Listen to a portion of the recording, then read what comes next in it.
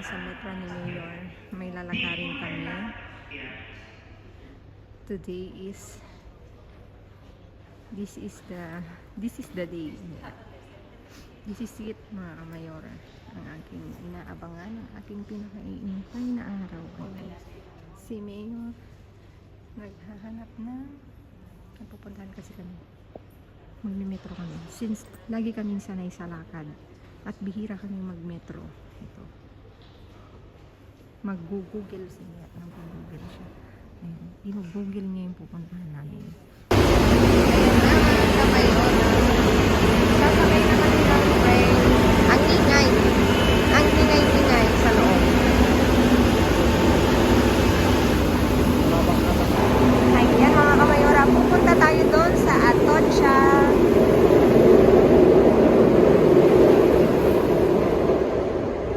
Oh, hindi kami naligaw.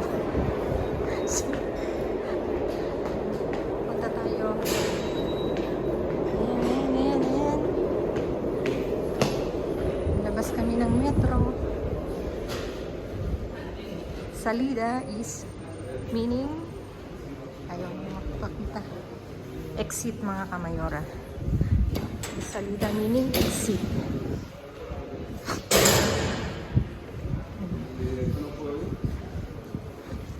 Nabiyak pa. Exit meaning. Pindutin ko daw para mag-open siya.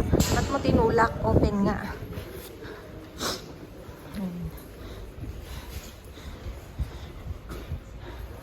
Ay, eto na mismo.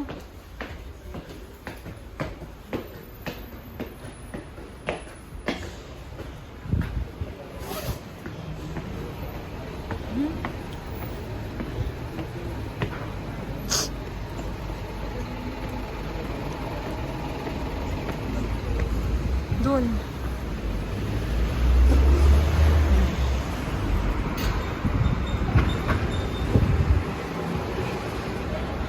Kulimlim.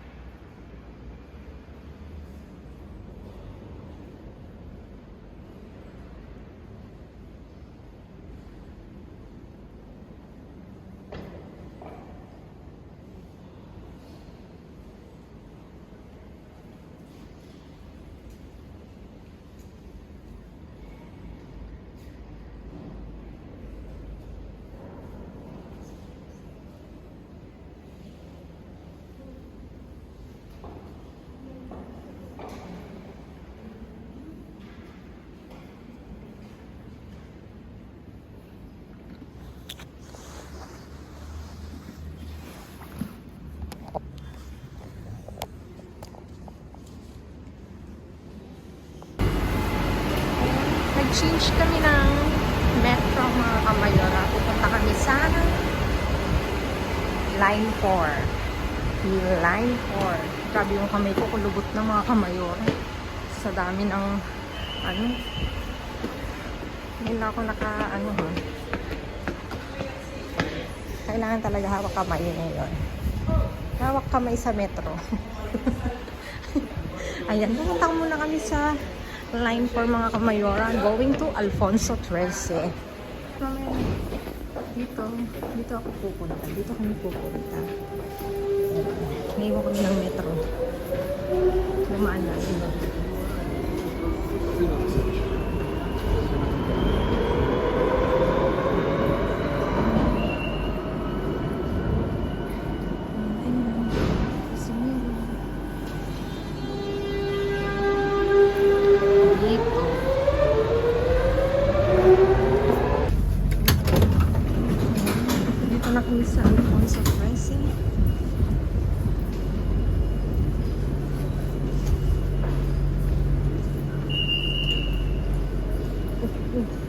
Liwanag.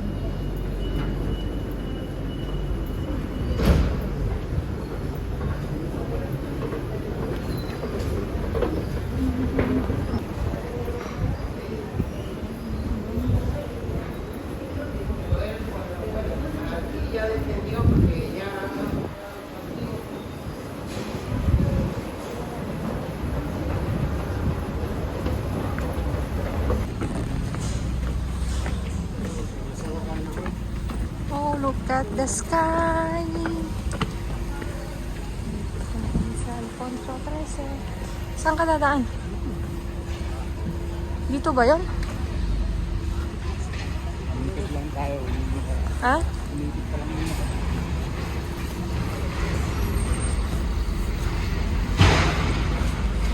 Tapos packet doon.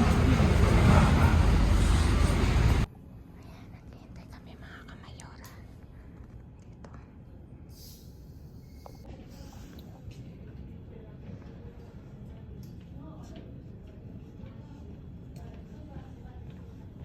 Yes, dito.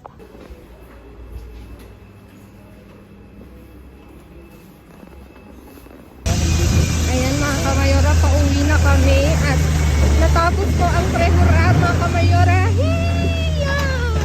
Natapos ayan mga kamayora at babalik ako sa April para sa oath taking mga kamayora. Ayan, Diyos ko, ninenervyos ako kanina pero ang babait ng mga staff ng ano ba ang tawag dito?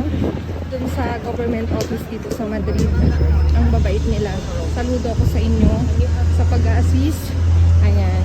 At nasunod yung gusto kong apelyido, lahat-lahat mga kamayora. At thank you Lord. Ayan, uwi na kami ni Mayor at meron kaming lunch date with friends. Ayan.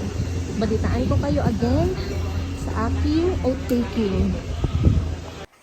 Ayan mga kamayora, nakauwi na kami sa bahay at since bawal mag ng video doon, yung mga nabidyohan ko is pahapyaw lang mga kamayora kasi bawal talaga.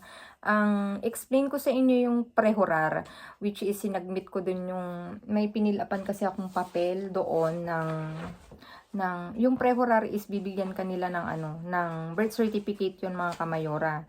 Kung tawagin dito is ano bang tawag nito? Certificado de Nacimiento. Ito yon. Ito yung pinilapan ko. Ganitong yung form na pinilapan ko. Ito, ganyan. Pipilapan mo lahat yan. Kasama ang pangalan mo, buong pangalan mo. Yung kanununuan mo in short, mga kamayora. Dito yung pangalan ng parents ko. Pangalan ng kung kailan sila ikinasal. Lahat mga kamayora nandito. Tapos kasama nito is yung resolution. Ito, yung resolution is yung na-approve siya ng ito Harris Welto. Ayan, yung nandito. Ayan, basahin nyo yan. Ibig sabihin na-approve. Ayan, mga kamayora. Kasama to. Tapos, nakalimutan ko dun sa unang vlog ko, mga kamayora. Kailangan pala siya ng padron. Ayan. Together with padron, mga kamayora. Just in case, mga kamayora, dun sa prehorar ko kasi, nagdala ako ng padronamento ko. Just in case lang naman, supporting documents, bit-bit ko to. Pero ang sabi sa akin sa rehistro sibil nung nagpunta ako, ito lang ang kasama, tapos yung resolution. Wala nang iba mga kamayora. Tapos yung pasaporte mo, bitbitin mo, yung DNA. Yun yung mga supporting documents. At nung natapos na nga akong magpasa nitong mga to, mga kamayora, binigay ko sa kanila, binigyan nila ako ng papel. Ito na yung papel, ito na yung talagang yung kasi prehurar nga. Ito na yung hurar talaga. Yung maggaganyan ka, may babasahin yung judge. Yun yung explanation sa akin doon. Yun yung sabi-sabi. Ayan. At ang balik ko is ito. April 11 mga kamayora, kailangan syempre yung oras, naandyan yung oras, naandyan 9 AM. Kailangan syempre, Europe time tayo, kailangan punctual tayo mga kamayora. Bawal malate, hindi naman ako nalilate mga kamayora. Unless talagang may mga nangyari na halimbawa sa metro, ayan. na stranded ka sa metro, ayan. Pero talagang pag ganito kasi yung sita ko, umaalis ako ng maaga sa bahay kasi syempre nakakahiyang malit, di ba? Ayun yung pre-hurar mga kamayora. Babalikan ko kayo mga kamayora sa kapag nakapag-hurar na ako kung anong nangyari doon. Syempre talagang hindi po pwedeng mag-video. Yun yung sabi sa akin kanina sa siguro nakita ako, panay ang ganyan ko, bawal at ako'y hindi naman pinagalitan, sinabihan niya na na talagang restricted yung lugar ng rehistro sibil. Ayan mga kamayora. Ayan mga kamayora, at talaga namang nag-uumapaw ang aking kasiyahan dahil nasa pangalawang yung unang stage na pinagdaanan ko, pangalawa, at syempre may yung hurar na, at pagkatapos ng hurar may kasunod pa mga kamayora, yung pagkuha ng passport, yung bagong DNA mo, ayan, ko yan, isusunod kong vlog mga kamayora, at talaga namang na-excite ako sa mga susunod na process mga kamayora. Ayan mga kamayora, at nakalimutan ko din palang magpasalamat dun sa pamilya ni Ate Belen, yung pamilya ni Ate Liz, na sa mga taga Mahada Honda. Isa din sila talagang nag-encourage sa akin na, Gles,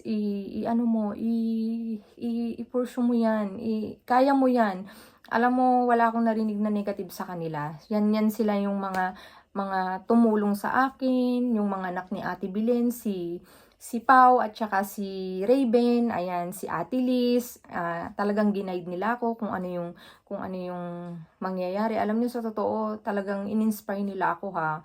Kasi sabi nila sa akin, marami ka naman confidence. Sila nga, yung alam niyo yun, yung sila alam nilang may confidence ako. Tapos, pag yung ako na, talagang wala akong lack of confidence, pero sila, sabi nila sa akin, naku, yung confidence mo lang talaga namang maipapasa mo yan. At nagpapasalamat ako sa kanila, talagang binigyan nila ako ng lakas ng loob, kasi talagang yung downing moment ko noon, alam ni Ate Belen yun, alam niya lahat yung pinagdaanan ko.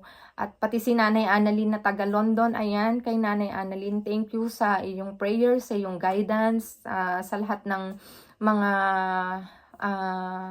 yung advices nyo sa akin. Maraming salamat sa inyo. At talaga namang tinitreasure ko yon, kasi sila yung mga kaibigan ko. Nagmula ng 2015, mga friend ko na sila until now, mga nanay-nanayan ko dito sa Spain, dito sa Espanya. Thank you sa inyo mga ate. At eto na, this is it. Nasa na ako, pre-hurar, at susunod na mga kapamilya ko ay hurar na tayo mga kamayora. At talaga namang na-excite ako, ayan. At nag-uumapaw yung pag-asa ko mga kamayora, yung pag-asa kong madala dito yung anak ko, hindi lang anak ko, pati pamilya ko mga kamayora, kasi yun kasi yung longing natin, magsama-sama yung as a family, at sana ipagkaloob ni Lord yan, ayan, with prayers mga kamayora. At lagi kong sinasabi sa verse ko, yon is Isaiah 60 verse 22, when the time is right, the Lord will make it happen. At naniniwala ako doon mga kamayora, kasi isa ako sa patunay na doon sa verse na yon, ako yung proof, ako yung makakapagpatunay na talagang pag para sa'yo. At saka yung dito sa na to ha, sa pagnanasyonalidad ko, alam nyo, yung pain talaga, dadalhin ka sa success. Naniniwala ako doon mga kamayora, na yung pain na dala-dala mo, baunin mo lang, yung in a positive way mga kamayora, baunin mo hanggang sa marating mo yung success. At naniniwala ako doon. Ayan mga kamayora, God bless everyone. Sana may natutunan uli kayo dito sa aking pagbablog na to, kung ano yung mga naging proseso ko. At see you mga kamayora sa susunod kong yung horar na mga kamayora, yung the moment of truth. Ayan mga kamayora, see you again. God bless everyone. I love you all.